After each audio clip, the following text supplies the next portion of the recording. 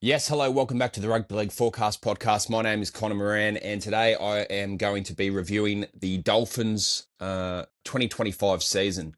And for me, personally, they were my favourite team to watch in 2025, and they didn't even make the top eight.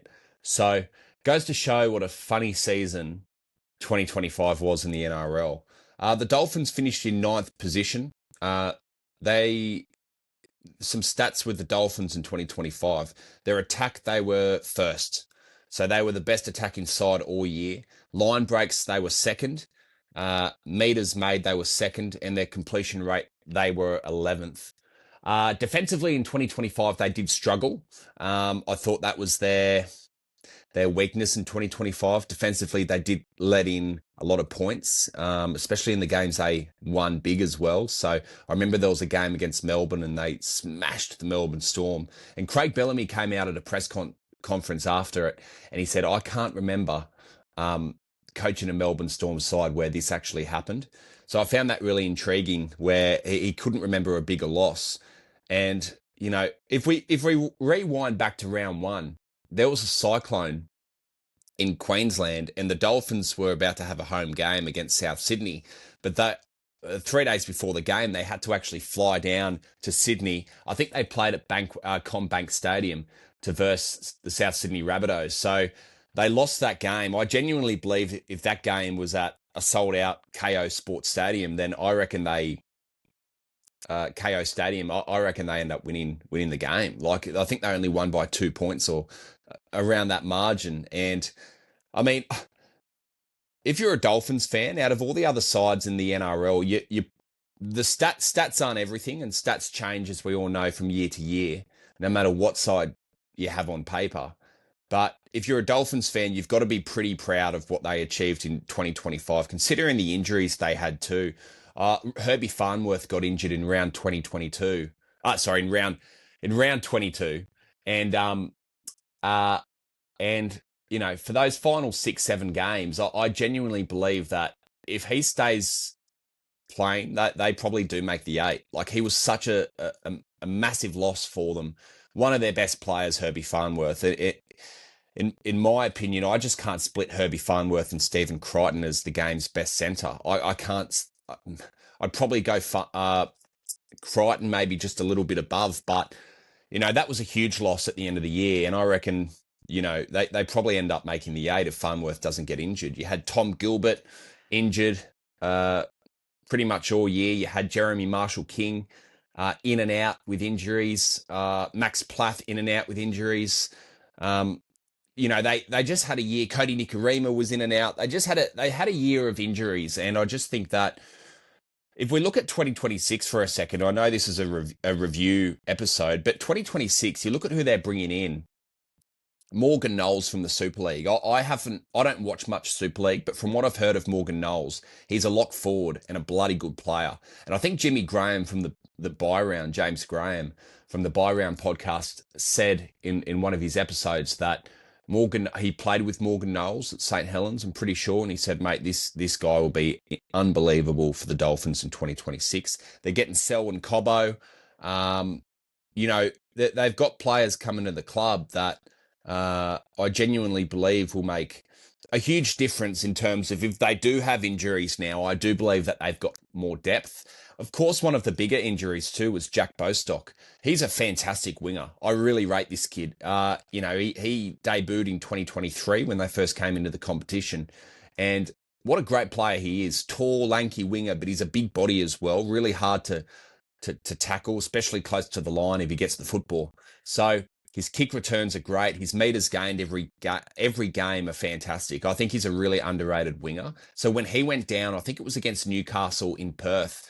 When he got injured, I remember thinking, you know, that's a huge loss. So yeah, for the Dolphins, for me, that they were really impressive in 2025, and to think that they were my favourite team to watch and they didn't make the eight makes me laugh. It really does. I thought they were outstanding. I will get to Katoa. You know, they're bringing George Williams. He's not coming 2026. He's coming 2027 to play six. George Williams is only 30 years old. So he's probably got another 4 or 5 years ahead of him. I haven't watched much of George Williams in the Super League over the last 3 seasons, but when he played at Canberra, I thought he did a bloody good job in that number 7 before they bought Jamal Fogarty for that 2022 season. But I genuinely believe that the Dolphins are a side that will make the 8 in 2026, I think. Because I do think if they have injuries, now they've got more depth and more flexibility in different positions as well. So, for example, say if Trey Fuller gets injured or the Hammer gets injured at fullback or whatnot, or at centre, you've got other options too, where Selwyn Cobbo can play wing, centre, or fullback. And when he has played fullback, he's done a bloody good job for Brisbane. So when I talk about flexibility, you've got more options. Even Tom Gilbert, Max Plath. Max Plath can play, if you really wanted him to, he could play front row and do a really good job for you. One of those, the smaller, bigger, smaller nuggety bodies that can play front row, like a Reuben Cotter. But Max Plath, you can put him at dummy half. He's been tremendous when he's played hooker for the Dolphins. You could put him at lock. Tom Gilbert, you could put Gilbert at second row, lock, front row. Morgan Knowles, he's a lock forward, but I'm sure after the research I did on him this morning, I'm sure he'd bloody do a good job at front row as well. So you've got players that in different positions that can do a really good job. Now, Jeremy Marshall-King will be injured for the opening few months actually of the season, so that's a huge loss. But Max Plath is actually out too for the first couple of weeks in the season, so you do have options as well. Obviously, I reckon Morgan Knowles will probably now start at lock. Tom Gilbert possibly off the bench maybe after his injuries and slowly warming him into the first grade side.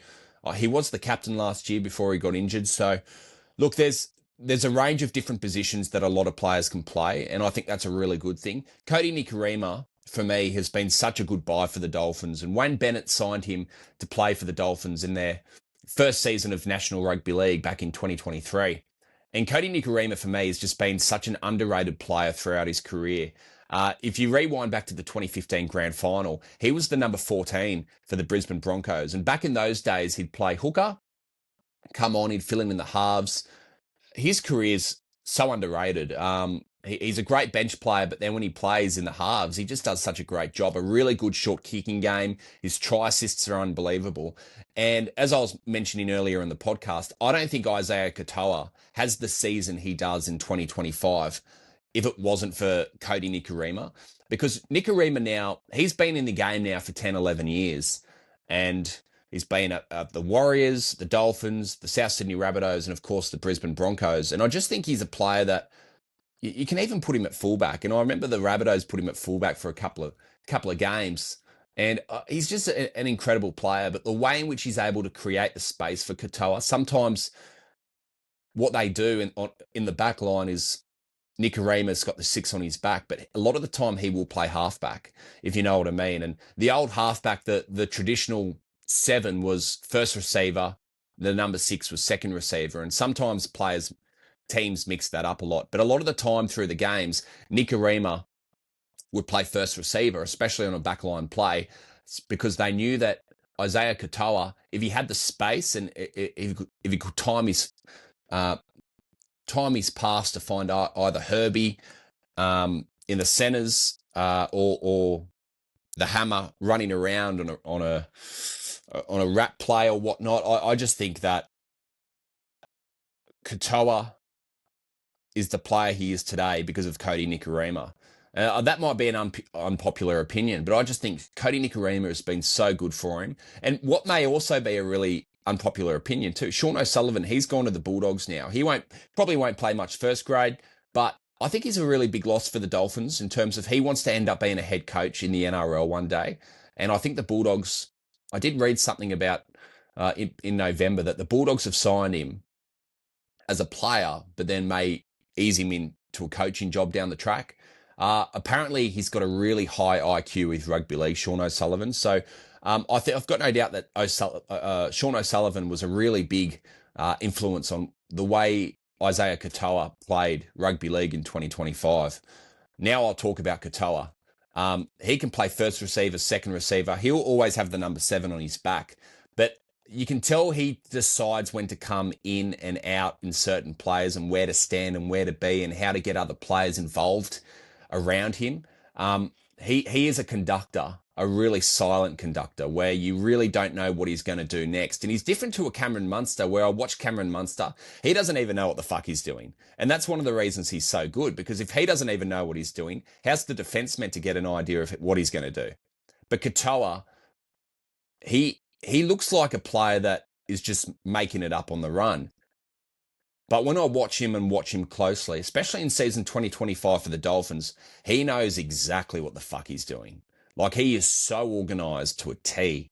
And to the way in which he's able to control the tempo in attack in a rugby league match is unbelievable to watch. And I think one of the reasons why the Dolphins were first in attack for 2025. The best attacking side of 2025 was based on Isaiah Katoa and the way he was able to not only get his forwards involved in the game at certain times, but to get his outside backs involved in the game by his tempo, knowing what to do next. I just got the feeling that when I watched Isaiah Katoa, he had a game plan A, B, C, D, E, F, G.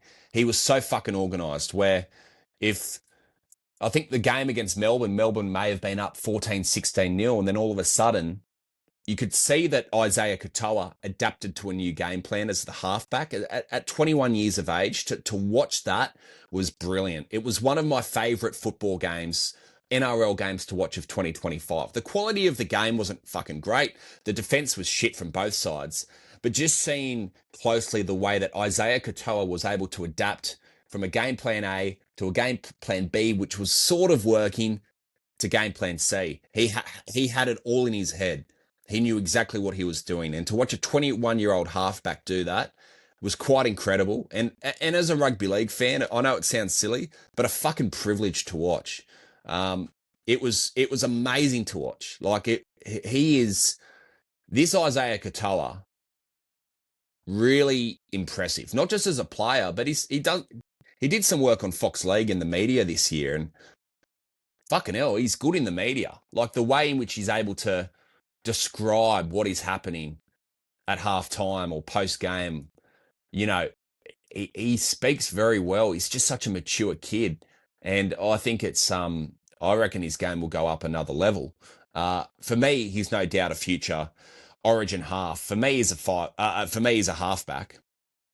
But with Origin, it's going to be really interesting to see in a few years' time. You're probably thinking Katoa will be the 7 after Nathan Cleary, and then the 6 will be Ethan Strange. So imagine Isaiah Katoa, who can control the tempo, run the show, and then Ethan Strange he's a running 5'8", but with so much skill as well, and strength and speed. I mean, if the halves combination is Strange 6, Isaiah Katoa 7, fucking hell, that's a great halves combination, because they're so different, but so important, knowing, and they're just smart. They know what to do at certain parts of the game.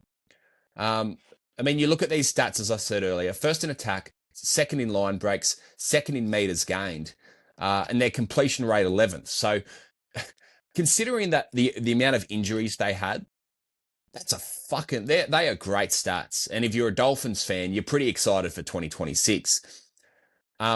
They could definitely be the big improvers in terms of the big jumpers.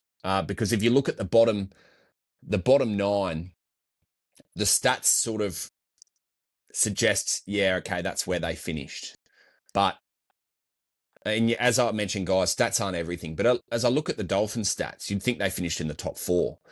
Defensively, they need to work on that. A lot like the Cowboys, where the Cowboys' attack was really good, but defensively, they really struggled. So if the sides like the Dolphins and the Cowboys can fix their defense through this preseason and really, really show the NRL what they're about, they could be the big jumpers in 2026. And I think the Cowboys will jump up with the Dolphins. I really do. I think the Dolphins, for me, it's going to be interesting to see. I mean, I know I will do a Dolphins preview show in the next month, but it's going to be really interesting to see what they do with their 2026 lineup. I mean, it could easily be Trey Fuller at fullback, a smaller fullback with a lot of speed that's so heavily involved in matches, or like a Jai Gray from South Sydney. And you could go Trey Fuller And then you could go Herbie Farnworth, Hammer in the centres, Sell and Cobbo, and Bostock on the wings when Bostock comes back. I think they've got Max Feagai now. So yeah, I don't know. I just think it's a fucking outstanding backline. So much speed, skill, athleticism, and really smart players as well. I mean, the Hammer doesn't overdo it. He knows when to come in and out of matches. I just think the Dolphins had a really terrific 2025 season, and I can't wait to see what they're going to dish up in the 2026 season. And in the preseason trials that start in just over a couple of weeks, the Dolphins are the team that I'm going to watch the most, just to see. I think they intrigue me out of every other side for the trials because it's going to be really interesting to see where Christian Wolf plays them. When we talk about the Dolphins in 2025 as well, they started the season 0 from 4. 0 from 4. They were fucked. After a month, I'm thinking, shit, they could genuinely get the wooden spoon. And the way they were able to turn their season around, fuck, you got to give credit to them. I mean, you really do. They were one win away from making the top 8. Pretty impressive. Christian Wolf, I think, mate, he did a terrific job. And I remember they lost that 4th game at KO Stadium, and after Super Saturday on Fox League, and Christian Wolf was walking down the stairs at the ground from the coach's box to get down to the dressing rooms, and the camera panned in on him. He looked so relaxed, and I'm thinking, 0 from 4, mate. Like, I thought you'd look stressed. First year of coaching in the NRL, I mean, he's been in the Super League for many years, an assistant coach in the NRL, but he didn't look rattled. He didn't look worried. And I was really intrigued by his reactions as there were sort of fans down in the dumps, sort of, heads down and all that. And he's waving at the fans and saying, "Hey guys, how are you? Thanks for coming," sort of thing. And I thought, fuck, he's pretty upbeat for where they're sitting and how they've started the season. You never see coaches they just back to the dressing room. He looked, body language wise, he didn't look fucking rattled at all. And it looked genuine. Sometimes coaches put on a mask for the cameras to make sure that there's no pressure from within the camp and they don't get asked certain questions. But Christian Wolf, he wasn't rattled at all, and that was really intriguing. I think he's a really good coach that if you're a club looking for self-belief and a club that's looking to gaining confidence, he's your fucking man, isn't he, as a coach? Unbelievable coach, Christian Wolf. And look, if the Dolphins don't make the 8 in 2026, that would be an ultimate failure. That's how excited I am for them. And the expectation that not just me as a rugby league fan, but so many people in rugby league would now have them in the top 8 for 2026. Some would have them in the top 4. They could be, based on their stats, they could be the biggest fucking jumpers to go from bottom 8 to top 4 in 2026. So much to look forward to. That is my Dolphins season review for today. I'm just looking at some of their stats. I'm just questioning how they didn't make the 8. Obviously, defense is the answer. They need to improve defensively, and that's a key. They need to, they really do. Isaiah Katoa for me is really impressive in defense as well. So that's why, for me, I rate him as their best player of the year. It wasn't just the way he was able to control the tempo and the speed of play when in possession, but his defense too. He very rarely missed a tackle. So I think just their middles need to defend better. But Tom Gilbert, he's a huge loss. When he got he's a great defender, Gilbert. Really good defender. So if they stay injury-free, and probably add a little bit of aggression in their attack and defence, I think maybe perhaps that's why they've bought Morgan Knowles as a bench player perhaps, or starting lock forward. But to bring that aggression, according to James Graham, he's quite an aggressive player, and it works for the sides he plays for. His discipline it's not overly too worrying. So yeah, really happy with the Dolphins 2025 season as a rugby league fan. For me, the best team to play. They were so fucking good to watch. They really were. Frustrating at times, yes, because but you know that the one thing, if they do fix up their defense and massively, they could win the fucking comp. Like, they genuinely can win the premiership in 2026. They're not my premiership winning favourites, but how good would that be to see a club that's been around for 100 plus years and only 3 years in the NRL to win a premiership so early on? fucking outstanding what they've been able to achieve in 3 years. Sure, they haven't made the 8, but they finished ninth a couple of times and 10th. They've been so close. I reckon 2026 is the year they fucking do it, yeah? I'm so keen to see what they have to offer in season 2026. I can't wait, personally. It's going to be absolutely outstanding.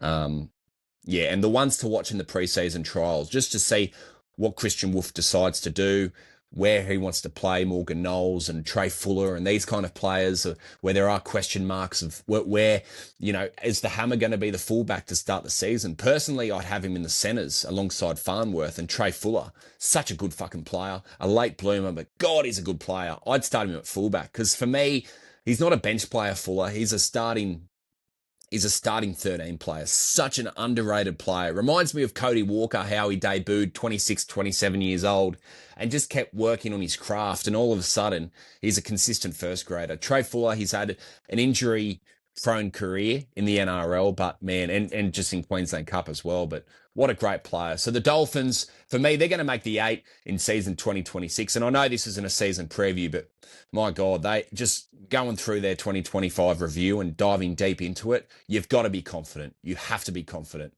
All right, that's all we've got time for today on the Rugby League Forecast Podcast. My name is Connor Moran, and if you haven't done so already, please follow on Spotify and subscribe to the YouTube channel. Cheers.